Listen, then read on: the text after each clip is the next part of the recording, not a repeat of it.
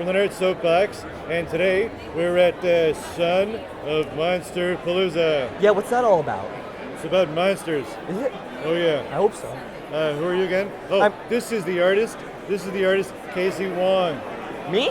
Yeah. Hi, Casey. I'm Hi. Flick. Hi, Flick. Nice to meet you. Nice to meet you. So, artist, huh? This is your creation behind us? What's left of it, yeah. This is amazing. Well, you know. I never met him, but to like this, from what I've seen. Right. Wow. Well, there was only so many reference photos taken of Houdini or portraits, so it was really a tough one. But I think once it's all together, it looks okay. You're not done yet? I'm not done yet. You're never done. No, Okay. he's done. No, he looks amazing. He looks amazing. Thank you. Okay, so tell me, how long did it take to sculpt something like this? Off and on about 4 months. Because I was on another job and I had to put this on the workbench. And Okay. usually with stuff like this that's personal, I have to put that off to the side for work. So it's about 4 months. Yeah. Okay, so tell me, with something like this, so what's the process? I mean, you do some research and then maybe what? Well, you got to be a nerd first, and I think it's I fitting can do that I'm here. I'm a big nerd. Well, yeah. So you got to be a nerd first. Love the stuff. I always loved Houdini. All right. And I thought I got to do a one-to-one Houdini. I've never seen one done in any wax museum. I've never seen a life-size wax Houdini or life-size figures. I was like, really? I got to do one. So I immersed myself. I got every kind of book I could get on Houdini, every photo, anything that had anything related to do with Houdini or magic. And for 4 months straight, that's all I was thinking about. I was sculpting this guy, watching the Tony Curtis Houdini, documentaries, music of that period, so vaudeville music. I immersed myself completely, and that's the process. So you sculpt it first, then we make what we call a mold on top of that in fiberglass. You clean the clay out from that mold. Now you've got negative space. You pour rubber in, you pop the rubber out, you got a rubber head. You paint the rubber head. And you get it to someone that can do really nice hair work. Now it's not like just getting a haircut. They punch one hair in, one at a time. I know. I was looking at the hair just now.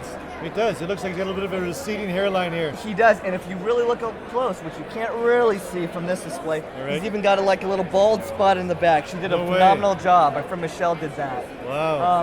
And if you look at it, it's all done by hand, and it's hand crimped and hand styled and cut. So it's almost like supercuts.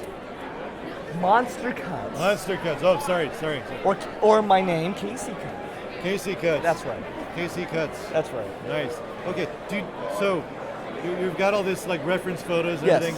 Are you sculpting from that, or do you do any drawings, or? I don't usually use drawings for a likeness because the groundwork's already laid out for me. I'm copying a human being, so I usually use reference photos. I usually use a profile, that way I can get the profile accurate. I use 3/4 shots, whatever I can have. Problem is, Houdini was so mysterious, he really didn't have a lot of time to sit for portraits, so I didn't have that many to go from. Wow. So a lot of it was guesswork and knowing anatomy. I knew where bone structure falls and all that stuff, so it was really good. Wow. And tell me about the eyes. The eyes have it, don't they? Yeah, my friend Daniel Tirananzi made these eyes for me. The eyes are the soul of your character. Oh yeah. And they really read volumes of who that person was. And for a static figure, the eyes are everything. So I owe a lot to him. But yeah, the eyes have it. Oh yeah. Yeah, great. And those are handmade. And I like the eyeliner on the eyes. Yeah. For like stage make. I mean, he's performing right now, right? He's performing, yes. Yeah. I colored the rubber like old school pancake makeup that they used to use in vaudeville. And I get that. Yeah, and I gave him some eyeliner. Yeah, he's performing on stage.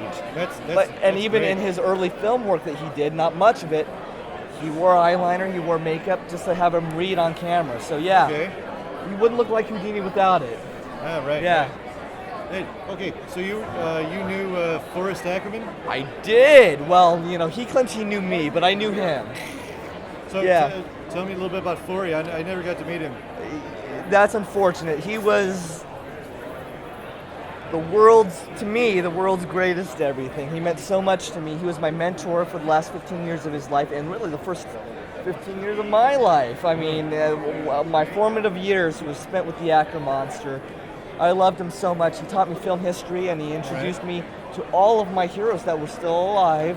So I knew Ray Bradbury very well. I knew Ray Harryhausen very well. Ray actually animated the skeleton from Seventh Voyage of Sinbad for me.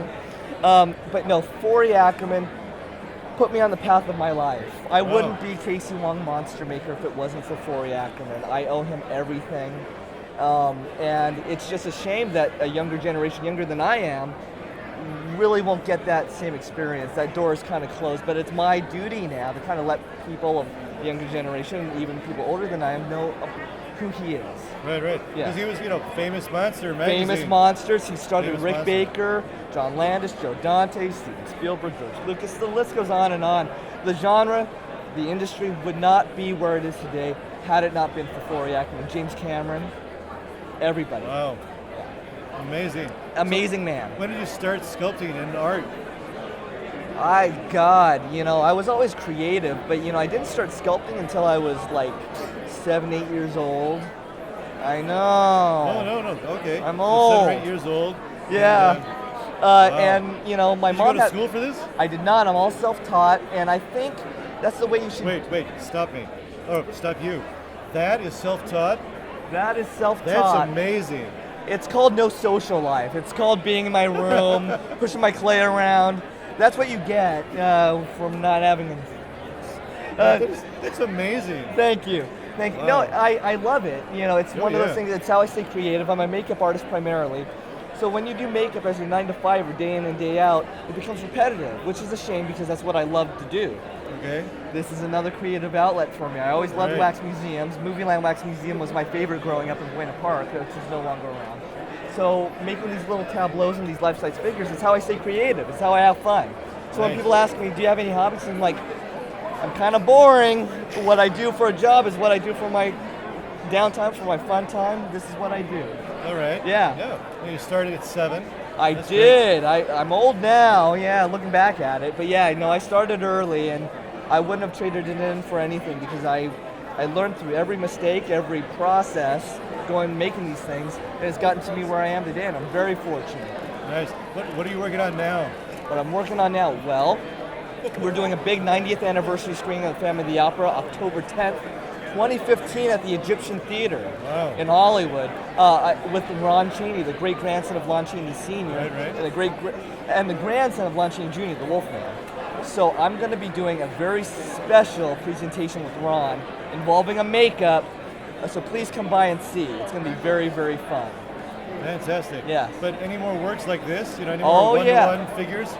Well, speaking of Forey Ackerman, his 100th birthday is coming up. All right. 100 years of Forey Ackerman, of excellence.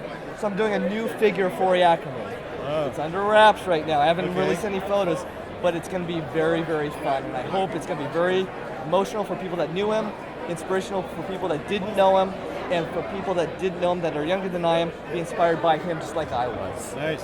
Yeah, because I've seen your Forey. I mean, he's right back there, but Is he? He's. Oh, look at him. That looks amazing as well. I think he blinked. I hope not. That scared the Jesus out of me. I don't know. But yeah, that's him. That's Wow. old Forey. All right. Well, geez, thanks for talking to Flick, us today. pleasure. I really Thank you. appreciate it. Thank All right. you, guys. This was Flick from the Nerd Soapbox, and let's go see who else we can find. Yeah, bug someone else.